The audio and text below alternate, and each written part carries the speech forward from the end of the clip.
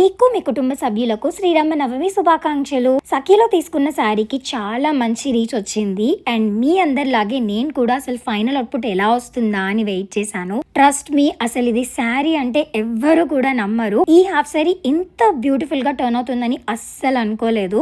Blouse అయితే full hands పెట్టించాను. Front వచ్చేసి V neck and back complete open పెట్టించాను. బ్లౌజ్ స్టిచ్చింగ్ అయితే అసలు చెప్పక్కర్లేదు, అంత పర్ఫెక్ట్ ఫిట్టింగ్ వచ్చింది.